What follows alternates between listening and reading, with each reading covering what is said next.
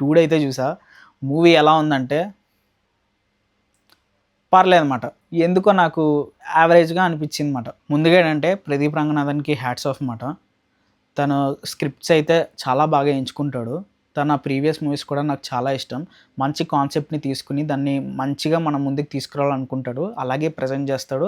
దాంట్లో ఒక మంచి మెసేజ్ కూడా ఉంటది. కానీ ఏంటంటే మూవీ నాకెందుకో అంతలా అనిపించలేదన్నమాట. కంపారిటివ్‌లీ 'లవ్ టుడే' అండ్ 'డ్రాగన్' కన్నా నాకు ఇదే కొంచెం తక్కువగా అనిపించింది. ఎందుకనేది నేను ఇన్ డీటెయిల్డ్‌గా మాట్లాడతా. ప్లాట్ ఏంటంటే మన హీరోకొచ్చేసి ఒక కంపెనీ ఉంటదన్నమాట. అదేంటంటే వీళ్ళు ప్రాంక్స్ చేస్తారన్నమాట. సర్ప్రైజ్ ప్రాంక్స్ అనుకోవచ్చు. అలాంటివి చేస్తూ ఉంటారన్నమాట. ఈ కంపెనీలో మన హీరో, హీరోయిన్ ఇద్దరు వర్క్ చేస్తూ ఉంటారు. వాళ్ళిద్దరూ వచ్చేసి బావ మరదలన్నమాట. ఒక కాన్‌ఫ్లిక్ట్ అనేది రేజ్ అవుద్దిమాట. అక్కడి నుంచి మనకు అసలైన స్టోరీ స్టార్ట్ అవుద్ది. ఇంతకీ అసలు ఏం జరిగింది? వీళ్ళిద్దరు కలిసి ఉన్నారా? విడిపోయారా? లాస్ట్‌కి ఏమైంది? అన్నది స్టోరీ మాట. వీళ్ళు కూడా ట్రైలర్‌లో ఆ పాయింట్‌ని చూపించాలనుకోలేదు. సో, అందుకే నేను కూడా చెప్పట్లేదు. సో, అది మూవీలో చూస్తేనే బావుంటది. చిన్న సర్ప్రైజ్ లాంటిదన్నమాట. సరే, కమింగ్ టు పాజిటివ్స్. పాజిటివ్స్ ఏంటంటే ప్రదీప్ రంగనాథన్ యాక్టింగ్ అయితే ఇరగదీస్తాడు భయ్యా. మమిత కూడా అంతే. ఇద్దరు అసల పోటాపోటీగా సూపర్ చేశారన్నమాట. వీళ్ళిద్దరి కోసం మూవీ కళ్ళు మూసుకొని వెళ్ళిపోవచ్చు. క్రేజీ అసల. మమిత అయితే నార్మల్‌గా మనం 'ప్రేమలో' మూవీలోనే చూసాం. తను ఎక్స్‌ప్రెషన్స్ అనేవి క్రేజీ ఉంటాయి. ఈ మూవీలో అయితే ఎమోషనల్ సీన్స్‌లో క్రేజీ చేసిందన్నమాట. కొన్ని సీన్స్‌లో తను ఏడుస్తుంటే మనకు గూడా బాధొచ్చేస్తదనమాట. ఏడవకు అని చెప్పాలనిపిస్తది.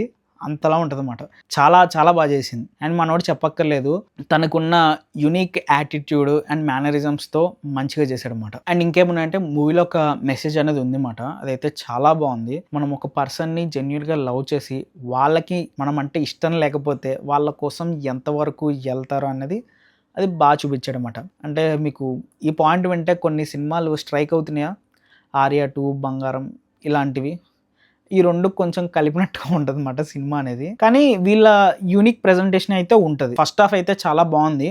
ఇంటర్వెల్ వరకు కూడా మంచి ప్యాక్డ్‌గా చాలా బాగా తీశారు. ప్రాబ్లమ్ ఎక్కడొస్తదంటే సెకండ్ హాఫ్ మాట. సెకండ్ హాఫ్ స్టార్టింగ్ నుంచి కూడా నాకు పెద్దగా ఎక్కలేదు. కొన్ని పాయింట్స్ జరుగుతాయి అవి చాలా అన్‌రియలిస్టిక్‌గా ఉంటాయి.